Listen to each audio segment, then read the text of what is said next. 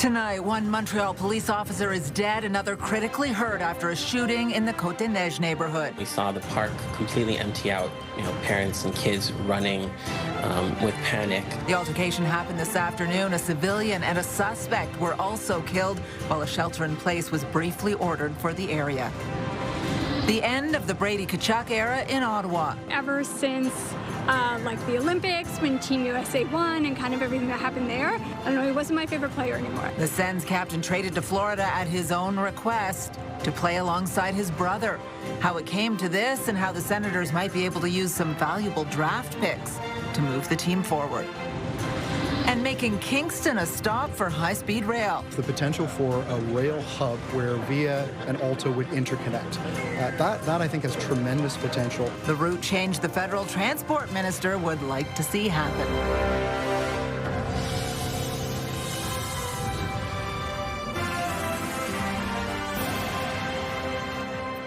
Good evening. We begin tonight with the latest on a violent daytime shootout in Montreal. 3 people are dead, including a police officer, a civilian, and the suspect. And another officer was seriously injured. CTV's Austin Lee is in studio with the latest on this for us tonight. Austin. Now, Patricia, this all happened at around 11:30 this morning in Montreal's Côte-des-Neiges neighborhood. Now, some people in the area, they took to social media, posting videos in one case, capturing the moment gunfire rang out. Montreal's police chief says officers were called to the densely populated area after someone reported seeing a gun outside a hotel window. Now, when officers arrived on scene, there was a shootout. One witness tells CTV News he heard 10 to 12 gunshots in total. Police have not shared any information on the civilian nor the suspect who were killed. What we do know is that the deceased officer was a man. The other officer involved here, currently in hospital, was a woman. Her life is not in danger. You know, when we become a police officer, we become a police officer knowing the risk. We don't expect never this to happen, especially the parents, the family, when they find out. It's a tough moment, very, very difficult moment. An emergency alert was sent out shortly after 12:30, telling people in the area to shelter in place. One witness described the gunman as a white man who was wearing camouflage attire and a backpack while carrying a long firearm. Others describing the whole ordeal as chaotic. Saw the cop just draw her gun in protection, and then within minutes, I think she was on site first, and then other cops just coming and everybody putting vests on and running around. Saw the park completely empty out, parents and kids running with panic. At that point, I went down to the grocery store that's connected to the building to get some groceries. And when I got off the elevator, there was complete chaos. Now, police are still investigating a possible motive. Meantime, Ottawa's chief of police is expressing his support for police in Montreal. I know Chief Fatty in Montreal very well. He's a great guy. I know he'll be leading that team through a difficult time. Of course, we've had a very difficult 2 weeks in Ontario for policing with a few deaths. I'm going to a funeral on Wednesday in Toronto. So all our thoughts are with the Montreal team, of course. Police in Montreal are also carrying out searches in a separate neighborhood. Those searches to ensure there are no more suspects linked to the deadly shooting. But so far, police say no arrests have been made. Meanwhile, RCMP officers are in hospital in Saskatchewan with serious injuries after a separate shooting last night in that province. In that case, one person is in custody and both officers are in stable condition. Patricia. CTV's Austin Lee live for us tonight. And you can stay with CTV News for continuing coverage of the shooting in Montreal. For updates on radio, tune into News Talk 580 CFRA and to CTV News Channel. Less than 2 months after saying he was committed to the Ottawa Senators, the face of the franchise has been traded to the Florida Panthers at his request. Brady Tkachuk will now play alongside his brother and fellow Olympic gold medalist, Matthew. CTV's Dylan Dyson joins us in studio with more on this. Dylan.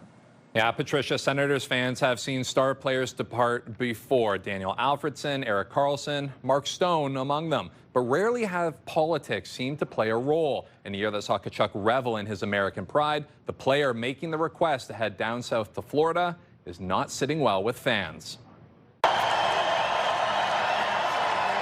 What a difference a couple of months make. I feel like I've answered this hundreds of times that none of that I feel like I've never shown.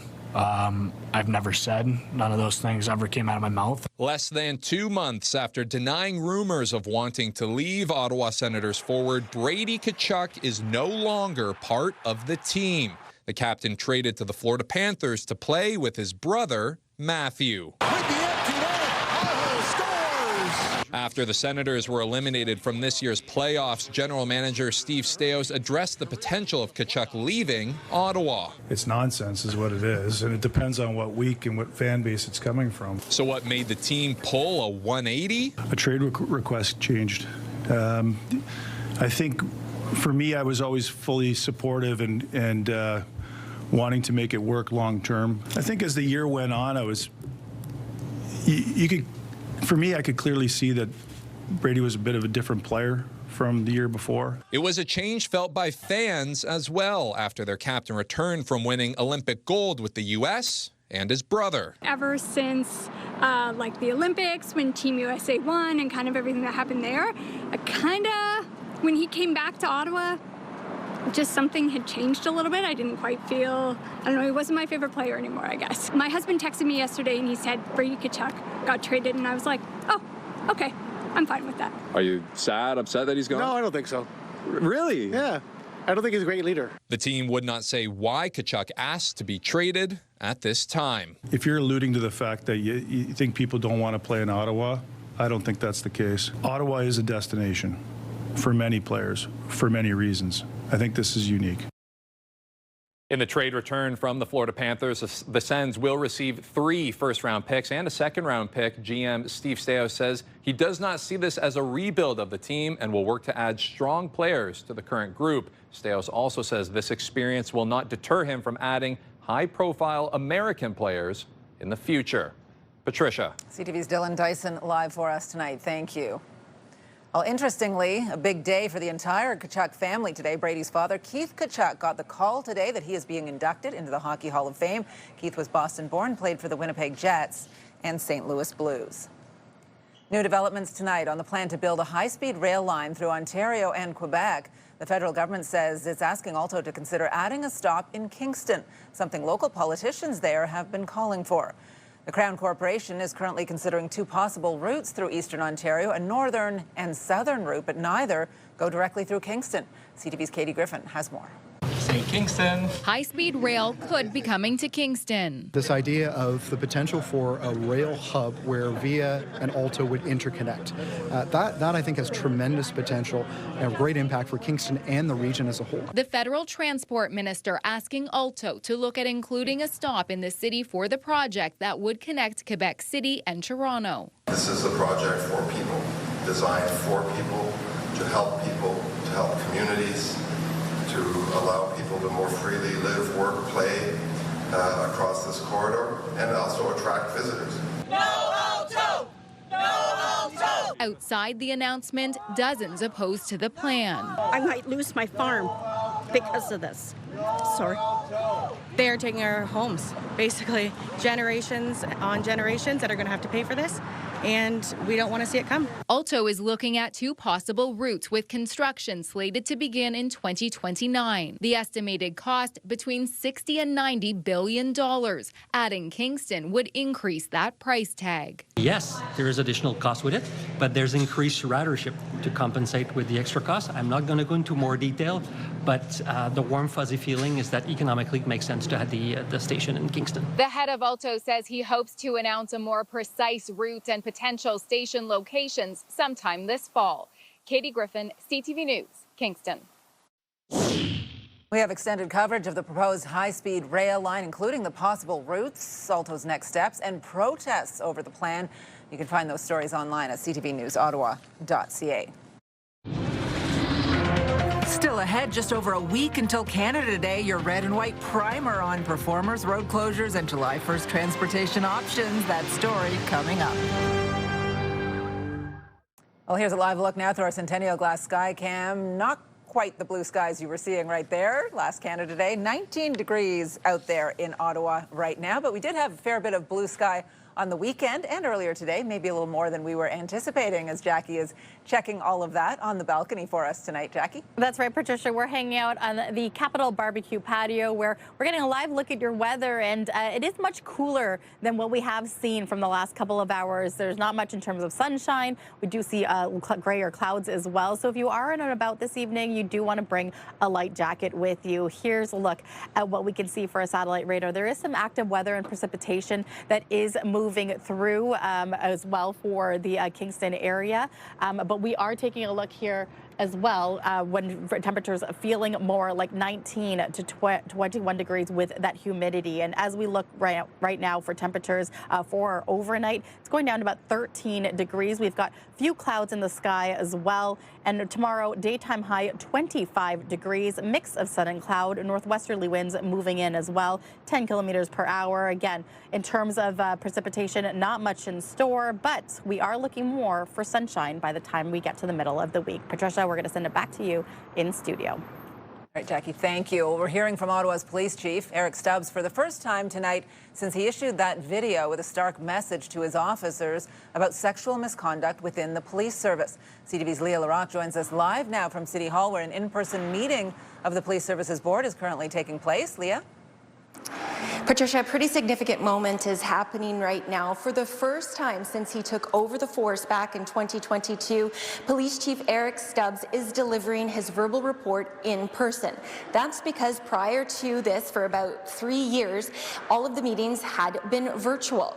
A key issue that is expected to be addressed today is sexual misconduct in the service and changing the workplace culture within the service. This comes after several high-profile incidents, and an internal video was obtained by CTV News where the chief told officers to change their behavior or quit. Earlier today, when Stubbs spoke with reporters, he wouldn't say what the result has been just yet since that video was released, if there were any officers who were being investigated or if any had left. Some changes that are coming now are within the service is early intervention protocols. They will be creating an advisory committee, and there will be a greater focus on early intervention. We have failed, but we failed forward. We have picked ourselves up, and we continue to do it. And, you know, my role here as the highest ranked woman in the organization is to leave it better than I found it and leave better than it is now. This is not getting this done by Monday. This is not getting this done next month. This is a measured approach that is going to take some time, and it's always hard to measure, isn't it, the out results, but we'll know over time if we've made a difference or not. Deputy Chief Trish Ferguson also told reporters that one possibility could be that officers will be signing a code of conduct when joining the service, but again saying there is no quick fix. Now, this is expected to be a lengthy meeting. In addition to addressing the path forward for police in terms of addressing that workplace culture, we're also going to hear the annual report of use of force. They're going to be talking about OC Transpo Special Constables, plans for Canada Day, but of course the big focus is changing that pattern of behavior that Eric Stubbs addressed. Back to you, Patricia. All right, CTV's Leah Larocque from City Hall for us tonight. Thank you. Well, a man is facing charges in connection with a fatal crash at a Lower Town drop-in center earlier this year. On February 25th, 4 pedestrians were struck by an SUV while they were waiting in line at the building on Rideau Street. A man in his 70s later died in hospital. Police have charged 38-year-old Abdelkader Amourayesh with dangerous driving causing death and careless driving causing bodily harm. The drop-in reopened in April. Ottawa police are looking for witnesses after an alleged sexual assault at an Orleans dog park. Police say it happened around 4 p.m. yesterday in Heritage Dog Park on Orleans Boulevard. The suspect, described as a black man around 30 years old, about 5'9", with long hair and dreadlocks. He was wearing a beige shirt and a beige bandana on his head at the time. Investigators are asking anyone who may have witnessed anything suspicious in the area to come forward. Police say if you see the suspect, do not approach him and call 911. And police are investigating a reported hate-motivated incident near the Bayshore Shopping Centre. Officers were called to Woodridge Crescent around 3 p.m. on Saturday after a man allegedly approached a woman, uttered a racial slur, removed her hijab, and threw an umbrella at her. The woman was not injured. Police say the suspect fled on foot and remains outstanding. The Salvation Army's controversial Centre of Hope project has been sidelined, at least in its current form. The divisive plan to build a new Salvation Army shelter in Vanier no longer moving forward, at least as proposed. Construction costs cited as one of the reasons why. The shelter was to be built at 333 Montreal Road in Vanier, but after years of debate, appeals, and community pushback, the organization says it is reassessing the project entirely. CTV's Josh Morano joins us live with more on this. Josh. Well, Patricia, the plan to relocate the Salvation Army's Booth Centre to Montreal Road was first approved by City Council nearly a decade ago. But after years of legal challenges, revisions, and opposition, the project is now being reconsidered. This property at 333 Montreal Road was slated to become the home of the newest Salvation Army shelter. But now, after years of debate, the organization is reassessing those plans. It's pretty rough down here. Like, my home school is now a food bank. I went to Rideau High School. So that speaks for itself. For Vanier resident Wade Heath, this news is welcome. It's kind of good for now because I think we need more housing and I think we need other resources that could be kind of implemented into our area. The proposed Salvation Army's Centre of Hope was initially approved in 2017 and featured approximately 350 shelter beds, but was scaled back in 2022 to 99 beds. This has been going on for years and years, and I don't know what's going to come of it. In a statement, the organization says since initial site plan approvals were secured several years ago, construction costs and market conditions have changed significantly. It is a very low-income area, and we do not want to put any more stress on that community.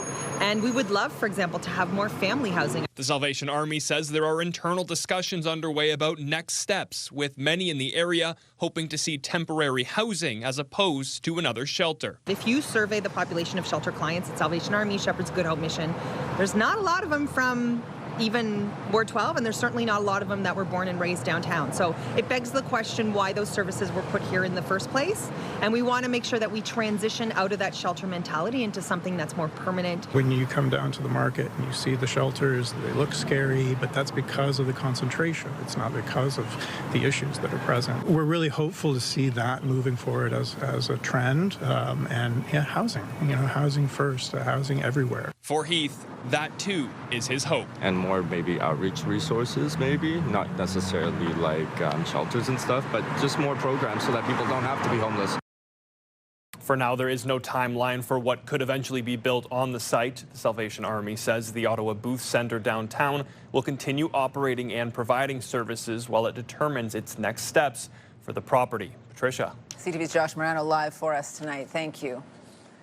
Well, the latest inflation data is out, and high gas prices have pushed the rate to its highest level in more than 2 years. The annual inflation rate jumped to 3.2% in May, up from 2.8% in April. Statistics Canada says the increase was largely driven by higher gas prices caused by the war in Iran. But it's not just prices at the pumps. Grocery inflation has now outpaced the headline rate for 16 straight months.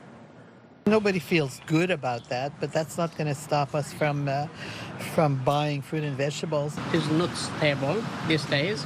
Sometimes it's high and sometimes it is low, but it is crazy, so expensive for us. Gas prices have fallen in recent days after Iran and the U.S. announced a ceasefire agreement. The Bank of Canada makes its next interest rate decision July 15th. Well, turning now to the UK, Prime Minister Keir Starmer says he is resigning after just 2 years in power. CTV's Mike LeCouture has more on his decision and the reaction. A week ago, the British Prime Minister insisted he'd fight any challenge to his leadership. But today, he announced he's stepping down. Every decision I've taken has been about putting the country I love first. That is why I will resign as leader of the Labour Party. Keir Starmer's fall started when his judgment was questioned for appointing Peter Mandelson as ambassador to the U.S., despite his links to child sex offender Jeffrey Epstein. Then came local and regional election losses in May. Observers say it wasn't about the party, it was about the leader.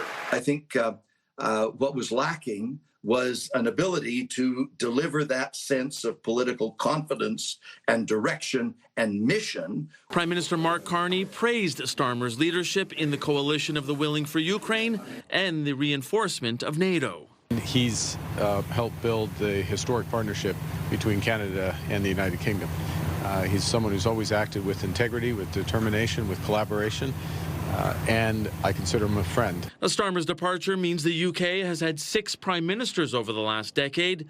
One of them, Liz Truss, served for just 50 days. While Starmer will stay on until his successor is chosen, it's widely expected that will be former Mayor of Greater Manchester, Andy Burnham. Praising the Prime Minister's dedication, service, and confirm that I will put myself forward in the process that will soon be underway.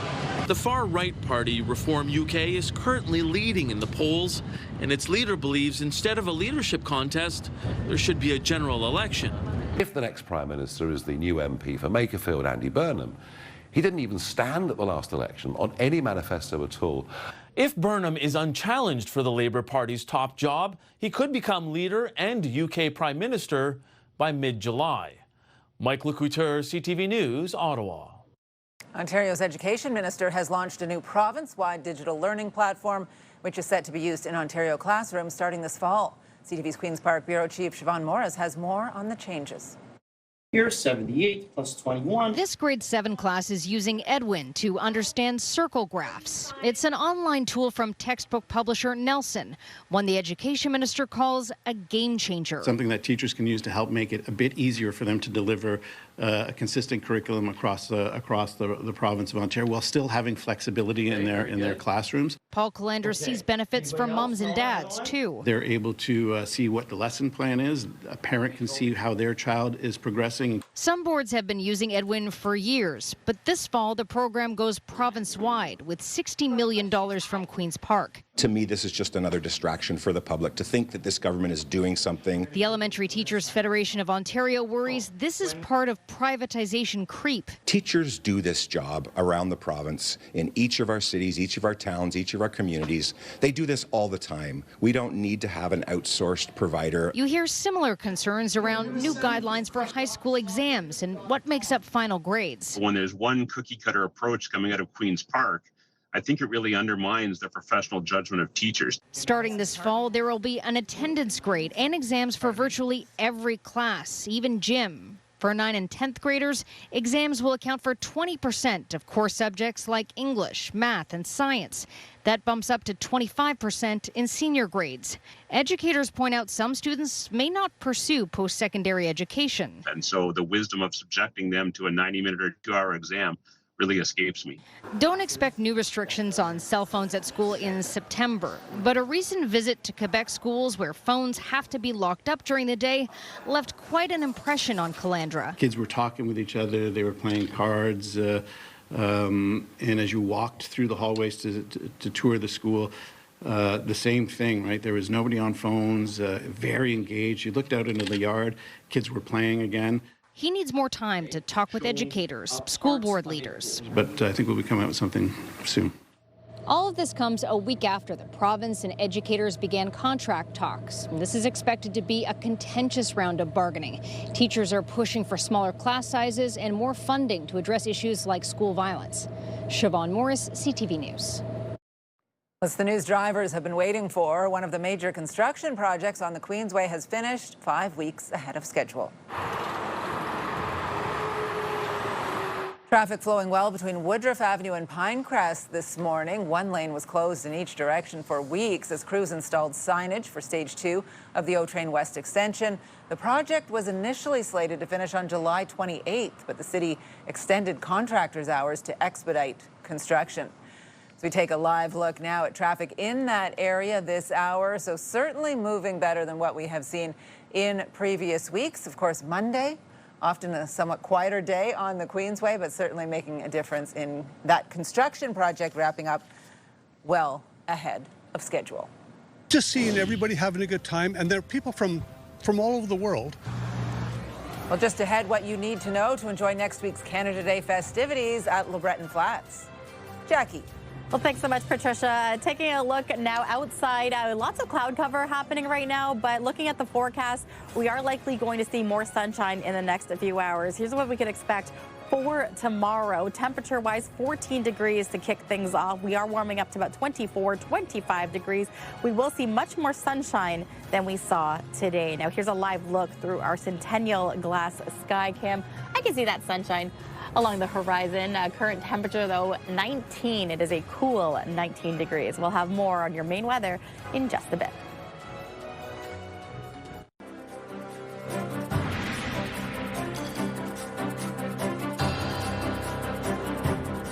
One of the largest events in Ottawa is just over a week away, and Canada Day preparations are kicking into high gear.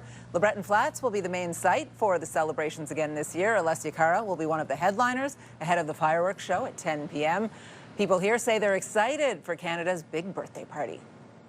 Just seeing everybody having a good time, and there are people from all over the world, and they're now Canadians. They want to celebrate in Canada Day. It's great to be there.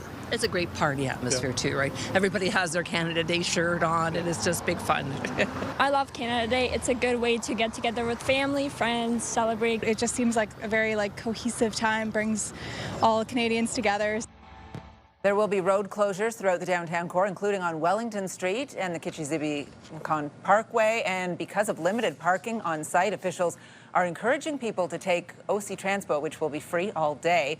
Pimisi Station will temporarily close for 1 hour from 9 to 10 p.m. to avoid overcrowding.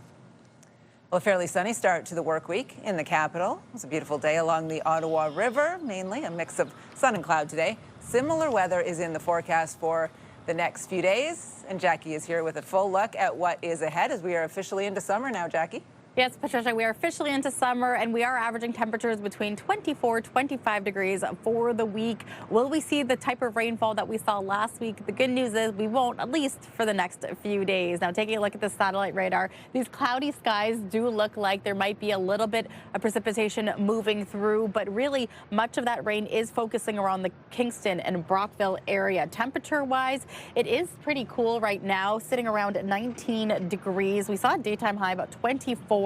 Again, sunset scheduled closer to 9 o'clock this evening. Now, tonight's lows across eastern Ontario, quite chilly in Bancroft, 9 degrees. Clear skies, so you can see that we might even see a little bit of sunshine before sundown is expected. 13, 14 degrees anticipated for eastern Ontario. Tomorrow's daytime highs will be a little bit warmer, and that's because we will see more sunshine as well. So we are anticipating 25 degrees for here in Ottawa. Mix in sun and cloud, a lot more cloudier in the Kingston area than we are seeing here in the capital, including Pembroke as well. Much more cloudier skies as well, but 23, 24 degrees is our anticipated forecast for temperatures. Now, for Atlantic Canada, we can see the cool down has also spread out to these provinces, and Fredericton 19 degrees, Halifax 16.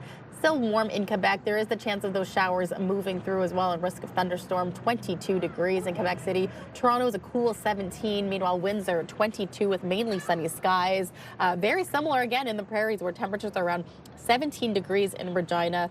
Slightly cooler in Calgary at 13 degrees. The warm up is in Vancouver at 25 degrees with a mix in sun and cloud. Now, Tuesday, still likely going to see some cloud cover rolling in, but Wednesday, completely different story. Lots of sunshine in store. You'll definitely want your sunscreen. By the time the afternoon rolls around, you can see in Bancroft, Peterborough area that we are likely going to see some clouds moving in slowly to move into our Thursday. Now, here's a look at our 7-day forecast brought to you by Davidson Hearing Aid Centers, celebrating over 80 years in family business. So, mainly sunny for Tuesday. Wednesday, sunshine is in store. We'll likely see more cloud cover for Thursday and Friday with a slim chance of showers rolling in, but the average for temperatures is floating between 24 and 25 degrees. So let's take advantage, Patricia, of not just our Tuesday, but our Wednesday as well. And I did look ahead to Sunday, where we could potentially see 28 degrees. Hopefully that stays and carries on into early next week. I love seeing those creep onto the board a little bit there. Jackie, something to look forward to for sure. Thank you. We are writing the next chapter in one of Canada's greatest industrial success stories. Well, coming up, the Canadian government wants to double the production of nuclear energy and sell reactor technology to the world. CTV News community and weather anchor Jackie Perez. Weeknights.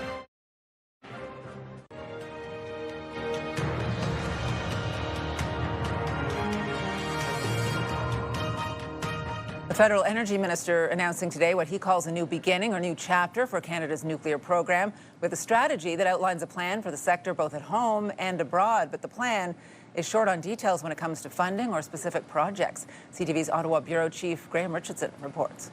They are complex and expensive, but also steady workhorses of electricity in Canada, nuclear reactors. The government announcing today they want an aggressive strategy to boost Canada's nuclear output. We are writing the next chapter in one of Canada's greatest industrial success stories. The plan, build up to 10 new reactors. Right now, 90,000 people work in the industry. They want to double that in the next decade and enter 4 international markets by 2040. If our goal is to double our grid and reach net zero by 2050, there is no credible plan for Canada to do that without nuclear energy. All those new reactors will need more uranium. NextGen's deposit of uranium in northern Saskatchewan at the Athabasca Basin is one of the world's largest.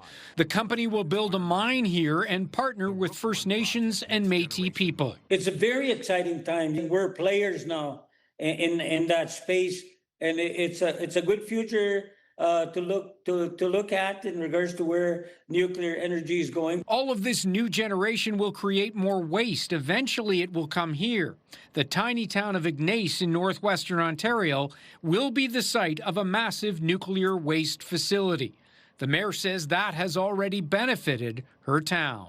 I've always said this is our future, and it's not just our future as in our Ignace and Wabigoon. It's Canada's future. The Prime Minister was not involved in this strategy because of previous connections to companies that work in the nuclear space. The Prime Minister's office, when asked, would not tell us the names of those companies. Graham Richardson, CTV News, Ottawa. Well, now some other stories you need to know right now. A new system is now in effect at the Ottawa Hospital, changing the way patients are triaged at its general and civic campus emergency departments.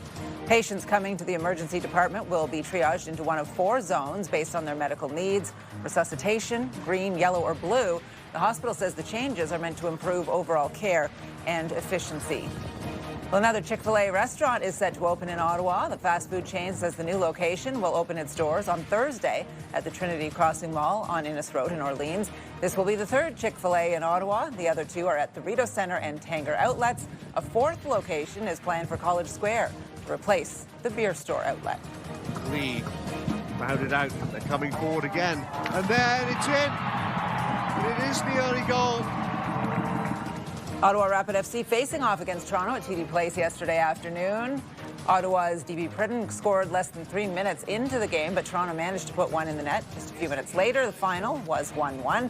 Ottawa's next match Thursday against the Roses in Montreal. It's an interesting collection here, as you can see. A lot of them are small little mini cars, little delivery vehicles. Italian Week wrapped up yesterday on Preston Street with the annual Ottawa Italian Festival. One of the popular attractions every year, the display of vintage Italian cars and exotic vehicles. The festival features music, Italian food, and cultural performances. And then also for the mixed G100 final. And the Ottawa Dragon Boat Festival took over the shores of Mooney's Bay this weekend. The free summer festival on the Rideau River is the largest event of its kind in North America. The event wrapped up yesterday afternoon. The dress that they sent me barely resembled the one in the images. Our consumer reporter still ahead tonight. What can a customer do when the quality of a product doesn't match the photo? You're watching CTV News with Patricia Boal. Get the latest live local breaking news. Sign up now for our morning and evening CTV News Ottawa newsletter. The best local content from CTV News, Your Morning Ottawa, and News Talk 580 CFRA. Get it all in one place. Sign up now at ctvnewsottawa.ca. The CTV News Ottawa newsletter is brought to you in part by CAA Business.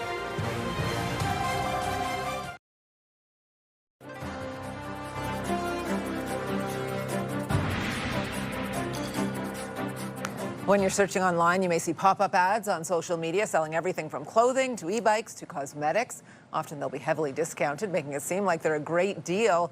But what you pay for is not always what you get. Here's CTV's Pat Foran.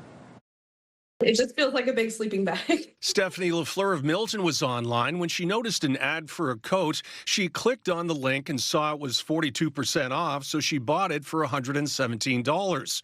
When it showed up, it wasn't like the coat in the photo and was 4 sizes too small. It was nothing like the jacket that was advertised. I did do some measurements. They were off by about 14 inches. The store she ordered it from was called Toronto, so she thought it was a local purchase. But instead it came from China, which is where she'll have to ship it to if she wants a refund. To return it, I would have to pay for the shipping to send it back to China, which I imagine would be about the same cost as the jacket. It's just terrible quality. Andrea Nash of Vaughan saw an ad for a summer party dress. She paid $85 for the outfit, but says when it showed up, it was nothing like the dress in the advertisement. The dress that they sent me barely resembled the one in the images. When she asked for a refund, she was also told she would have to ship the dress to China at her expense. You're responsible for the shipping, and you have to send it back to our warehouse in China. Unfortunately, the situation is far too common right now. Retail analyst Bruce Winders says the best way to avoid disappointment when shopping online is to stick with brands you already know and trust. A red flag for me is a company that you've never heard of or a company that doesn't have infrastructure in Canada. The risk profile goes up significantly. In the case of LaFleur's coat, CTV News reached out to Toronto and the company said, "We're here to help resolve the issue. We'll review the details." Days later, LaFleur got a refund and she got to keep the coat, which is now a bed for her cat. Thank you so much, CTV. You guys have been great. I really appreciate you guys helping me out with this jacket, and I'm so happy to get that money back. Thank you so much. Pat Foran, CTV News. Returning now to one of our top stories, inflation hit an annualized rate of 3.2% in May, the highest it's been since 2023. BNN Bloomberg's Marilla Fernandez has more. The big reason is still gas prices, which in May spiked 33% year over year. The Iran conflict also led to higher jet fuel costs, which showed up in May. And then there were groceries. The cost of fresh vegetables rose 9%, with a big move up for tomatoes. The price of fresh fruit also moved up over 5%. The memory chip shortages also put pressure on the prices of computer equipment and supplies. Here are the closing numbers for the day. The Canadian dollar's up to 70.62. West Texas Intermediate down to 74.82. Western Canadian Select up 15 cents to 62.45. And the TSX gained 144 points today. Those are your business headlines. I'm Marilla Fernandez. It's that particular compound that repels the ticks. Coming up, a Nova Scotia mother comes up with a new and effective way to combat ticks. You're watching CTV News with Patricia Boal. Ottawa is always on the move. We're a big city with a laid-back vibe, where foodies love their sweets and markets bursting with flavor, wrapped up in waterways and hot summer days. This is a city where culture is on display. And the future meets the past, where people come together. Always proud, often loud, and positively the best place to live. We move with you, Ottawa!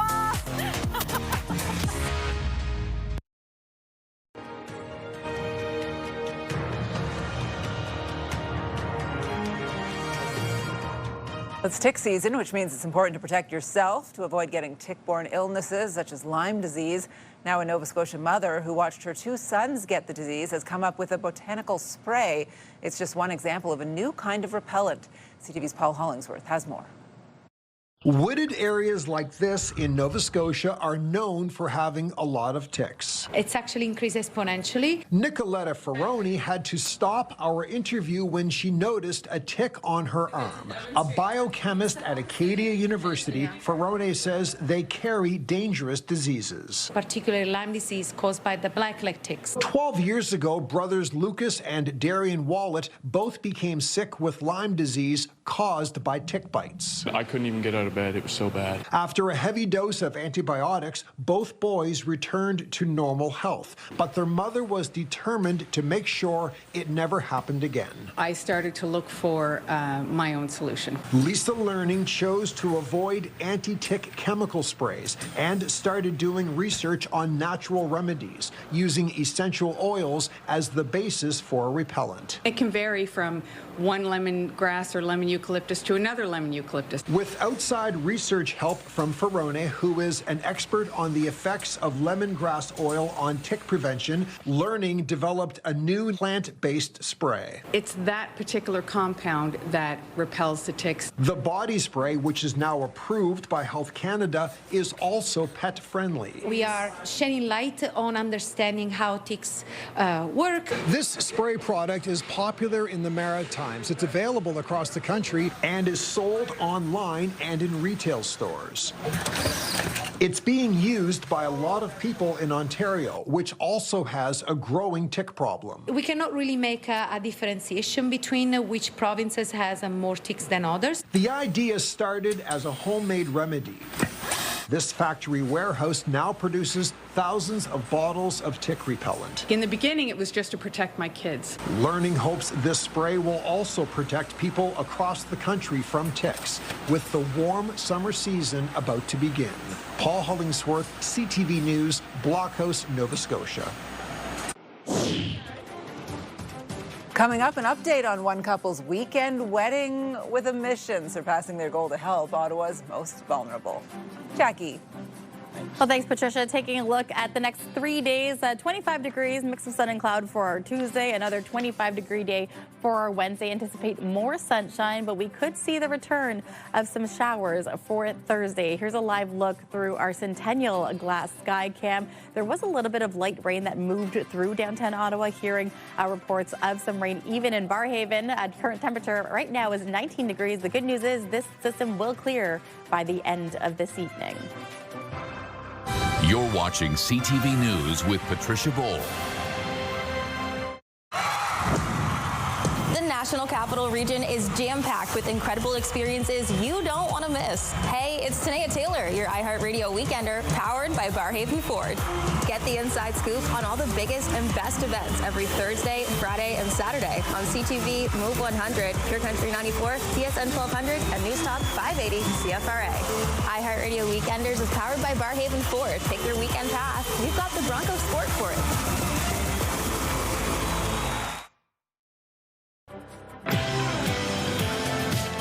Tuesday on Your Morning Ottawa, the Museum of Nature gives us a sneak peek of their newest exhibit, Wild Color. Watch us on CTV or stream us live on Crave. It all starts at 6 a.m. Hairstyles, courtesy of Salon Fiorella. Here's what's on CTV tonight. E-Talk, The Big Bang Theory, Sullivan's Crossing, and American Ninja Warrior. One last look at the weather forecast, which is looking pretty good. It is. I mean, if you are out and about right now, there is a little bit of light rain moving through downtown Ottawa, but it should clear in the next hour or so. Tomorrow morning, sun and cloud is in store. 14 degrees, a cool start, so you want to bring a light jacket. We're getting to a daytime high of 25 degrees. Mainly sunny for most of our Tuesday, but we could see the return of some cloud cover later on in the evening for our Tuesday. Wednesday, though, different story. Lots of sunshine in store. 25 degrees. Daytime high for Thursday and Friday. We could see there's a chance of showers moving in, but it is on the slim side, and it will likely not be all day like we have seen for most of last week. Saturday and Sunday, though, that's when we will likely see drier conditions. And look at Sunday, look at Monday, 28 degrees. Hopefully that trends for the rest of next week. So let's get through this 24, 25 degree weather. Yeah, absolutely. It all looks really good. Want to check in and see what our news team is working on for tonight. Austin Lee will be here at 11:30. Yeah, thanks, Patricia. We will have more from the Ottawa Police Chief, Eric Stubbs, on his message to officers about sexual misconduct within the workforce. There's a rare in-person police services board meeting that is taking place right now at City Hall. We saw a little bit earlier, a little bit of the details from Leo LaRocque in the show. CTV's Sean Varden we'll have a recap of that high-stakes meeting later tonight. Now, of course, you can get the news anytime, anywhere at ctvnewsottawa.ca, and join me tonight for CTV News at 11:30. All right, good stuff, Austin. Thank you. And finally for us tonight, an update on a love story and a wedding. Hi, guys. So Kara and Brian tied the knot on Saturday, and we told you about this last week, that they were doing something a little different. Instead of asking for gifts, they asked for donations to the Ottawa mission. They had hoped to raise $100,000, which they said they realized was a pretty lofty goal. They were asking for quite a bit, manifesting, if you will, and it all worked out because the final tally from their fundraising wedding was $114,000, which is pretty incredible. There they are chopping up a little food at the mission, which actually catered their wedding, which is a really cool angle to all of this. So yeah, a fabulous day for all of them. Congratulations to them. What a good feeling, right? To know that your special day was really special for other people as well. Yeah, I mean, it's always memorable, but then when you give back like that, I mean, that's huge. Something you would consider maybe for your Yeah, I'm wedding? pretty far away from getting married, but maybe. Okay, not a proposal.